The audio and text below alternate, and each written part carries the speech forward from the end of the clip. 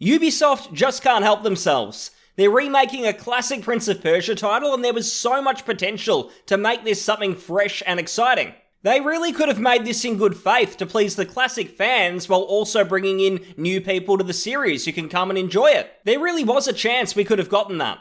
Instead, the game looks awful, and to top it all off, Ubisoft have now told us why, so let's jump in. Hi, Estelden here.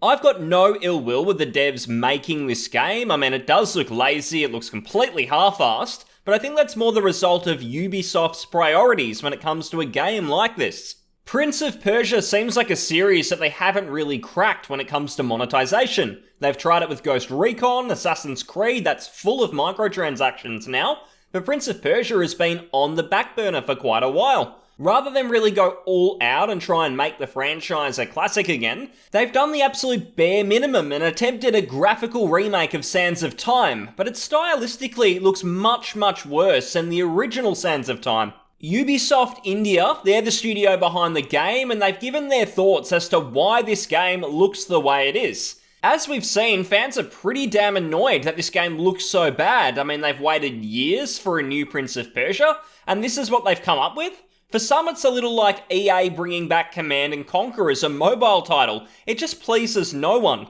Original fans are angry, and anyone new to the series is just going to see a pretty cheap cash grab and be disinterested. Pierre Sylvain Gears, and I'm just going to forget trying to say that last name right. I mean, my last name's a pain in the ass to pronounce too, so I'm sure he understands. Anyway, Pierre has gone down the road of saying they're interested in unique visual treatment, thinking that's going to make them stand out from other titles. He's made it clear that this is not just a typical Ubisoft title like an Assassin's Creed or a Far Cry. It's not even 2008 Prince of Persia. This is 2020 Prince of Persia, and their interpretation of that seems to be to make the whole thing look like an absolute joke. Interestingly, the Prince of Persia remake is actually being made on the Assassin's Creed engine.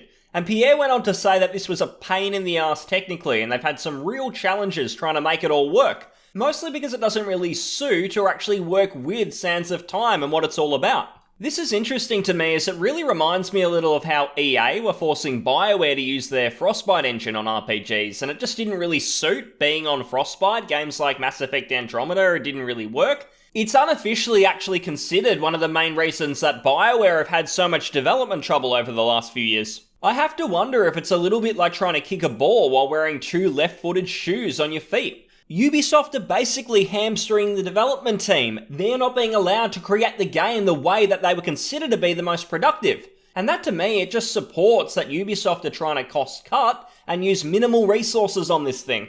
I have to imagine they just don't really care for Prince of Persia. In their eyes, Assassin's Creed is the more successful successor, and this was just a lame attempt to throw fans of the series a cheap bone, thinking, yeah, that'll move a few copies around and we won't really have to spend too much money on making it. But Ubisoft, as usual, you're just out of touch. Fans who've been waiting something like 10 years for more Prince of Persia are going to have fairly reasonable expectations. They want something really good. Not the game equivalent to you guys stepping on a piece of gum in your offices and going, yeah, that's great, let's release it, stick the Prince of Persia logo on it, that'll be great, fantastic. It's just fucking pathetic. Director of Production Syed Abbas has also commented saying that it was not a problem of timeline or budget, and this is basically what was always planned. Nothing has gone wrong here with Prince of Persia. So this would mean that Ubisoft have presented this and they're saying, yep, this is the best we can do. What do you think? I really just don't buy that. I mean, this looks too bad for that to be the case. I understand that Mr. Abbas has a job and no sane person is going to come out and risk their job shit-talking the people who pay their salary. That's not realistic, but I think we have to read between the lines here. It seems to me this was what was planned. Ubisoft have farmed this out to an inexperienced studio in Ubisoft India, giving them a pretty shoddy budget to play with, and to be fair on the team, this is probably the best that anyone could come up with, given the time investment and the low money investment that Ubisoft were willing to put into this. It doesn't contradict what Mr. Abbas is saying, since technically there was no problem with timeline or budget. They all agreed to make a Prince of Persia game with these resources, and that was it. He mentioned there was no problem, and a problem in this instance would be something like, oh, this just isn't possible with the resources you've provided. Well, it is possible technically, just unfortunately not to a standard that's acceptable to gamers or fans of the series. I'm personally not the biggest fan of remakes or remasters and all that crap that comes up now, and I can say that primarily as a PC player, it can be a little frustrating to see a whole bunch of dev time go into these remakes that are designed around getting Jimmy to rebuy the game on his brand new PS5 purely because the original isn't playable on the system. It seems to result in less games being made and means we get two types of games. The low budget, lazy remake, or the 6 to 7 year dev cycle of the game that needs to be absolutely every genre and consume all the money possible. And just to clarify, I want Jimmy to be able to play these games, don't get me wrong, but it would be quite easy just to release a port of the old one digitally on the device, but that apparently wouldn't bring in enough money, so that never happens. I think if Ubisoft India had have been allowed to make a brand new Prince of Persia, reception would have been a lot different. I personally don't care about graphics that much, which might sound stupid because I know the main reason people are angry about the game is graphic related, but I actually think it's much more than that. Ubisoft are asking people to pay full price for a title that arguably looks worse than the original. That is the problem here. You wait all this time to play a potentially worse looking game that plays pretty much like something you've already experienced in the past. Make something new for fuck's sake. Why isn't that possible these days? I hear a lot of people online as well often say that a game like this is absolutely necessary. They'll say we need a game like this to sell well to prove to the publisher that there's interest here, so that they can then make a brand new one. Who's actually saying that though? Who are these people? I see it on these game forums all the time, and surely they're actually paid corporate shills, because the only person who wins in that scenario is the publisher. If people don't buy this lame remake, it's not because people don't like Prince of Persia, it's because you put out a bad product. And if it doesn't sell, we know that Ubisoft are just going to turn around and say, well, unfortunately, interest just isn't there in Prince of Persia at the moment, so we're now going to refocus on Assassin's Creed. That's where the popularity is, and that's what gamers are telling us. Absolute bullshit. Here's an idea. How about you make the new game first? That'll actually force you to ensure it's good, because if it's not, then it won't sell and you can't rely on nostalgia. You'll build some goodwill with customers and they'll actually be more trusting and open to your remakes of past entries in the future. Maybe that's a good way to go about it. Right now, the publishers seem way too comfortable with their safety net. They put out a shoddy, embarrassing remake and then they blame low sales of that as to why the series can't continue. Just piss off. You brought that on yourselves. Don't blame consumers. I will say though that there's plenty of examples of really good remakes that bring a lot of value. I love Resident Evil's original remake. Remake 2 was fantastic. Not so much 3, but they've had a pretty decent run. And Capcom seem to know what is acceptable for a remake. Their remakes feel like something new on top of the old one. They offer a lot of unique content. In contrast, Prince of Persia just feels like a downgrade you've got to pay full price for. Sands of Time will release in January, so you can forget about any substantial improvements happening to this game. Ubisoft have already made it clear it's a low priority, so the chances of them now regrouping and overhauling this whole thing are pretty damn low.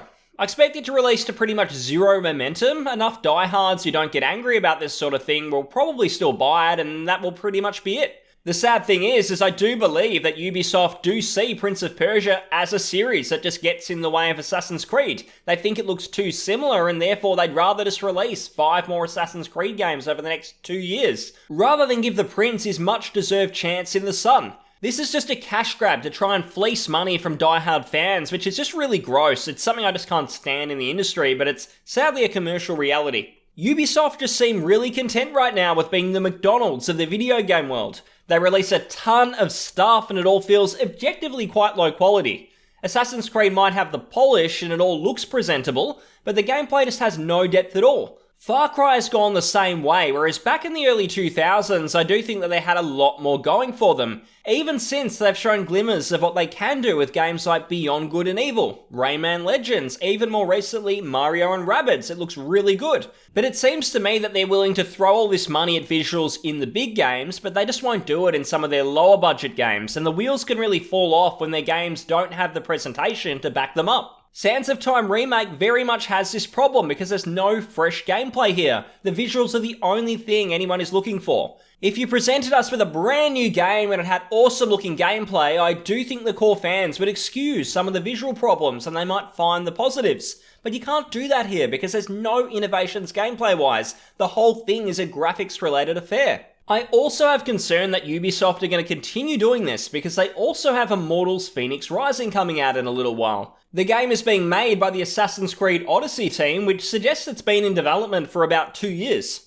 Is that not a little suspect, considering it was meant to come out earlier in the year and now it's coming out in December? Because the graphics are fairly AAA, which tells me it's not going to be a very ambitious game, since there's no AAA game with depth that I can think of that's taken a couple of years to make. In the past, we certainly got plenty of amazing games that took a couple of years to make, but Ubisoft in 2020, I really don't buy that they're going to come up with something like huge and exciting, because that would just be out of character given their graphic priorities. And keep in mind, this isn't like Ubisoft India, it's not the small B team who's making this is their big Assassin's Creed Odyssey team. So if they're making a game in a couple of years, I don't expect it to be very ambitious or to really do much at all. I've heard this one compared to Breath of the Wild, but I do think some people are going to be in for a bit of a reality check when this does come out.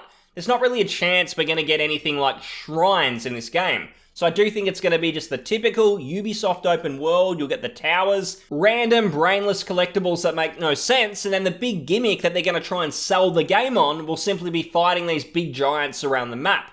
That will be the main source of content. It's simply more McDonald's from them, where they just want to ride off the Breath of the Wild hype, being fairly shameless in copying its presentation, but you can expect to see zero depth in the game. The only positive I will say, and I think it deserves a mention, is Gareth Coker. He's responsible for the music in the Ori and the Blind Forest, Will o' the Wisps games. He's going to be doing the tunes, so that's fairly cool. That guy's really talented. Remakes and remasters, they seem to be persisting with this new console generation, and I was really hoping they'd run out of them. The best thing about the consoles being backwards compatible though, for the most part, is it means trying to re-release a game at full price is going to get you in a ton of hot water, as we saw with Control and the controversy surrounding that title. 2021 Ubisoft doesn't seem to be much different from its 2020 counterpart, or so we're seeing with the lineup they've got for next year. We'll have to see what happens. I'd say the best thing that can happen with the Prince of Persia remake is they accept it's awful, they accept the fans aren't interested, and they go back to the drawing board. They say, right, we're going to delay this, we're going to try and fix this up for you, and we're going to release it when it's ready. I won't be holding my breath. This is Ubisoft we're talking about. They're not like a Sony or a Microsoft where they've really got those resources to go and do that. They're going to be thinking about the shareholders. So I think this will release in January to not much goodwill, and we can probably only hope for like a fan-made successor or another company making a successor, and that to give us our Prince of Persia fix. Hope you enjoyed the video, and if you did, please comment, like, and subscribe. I'll see you on the next one. Thanks very much, and bye-bye.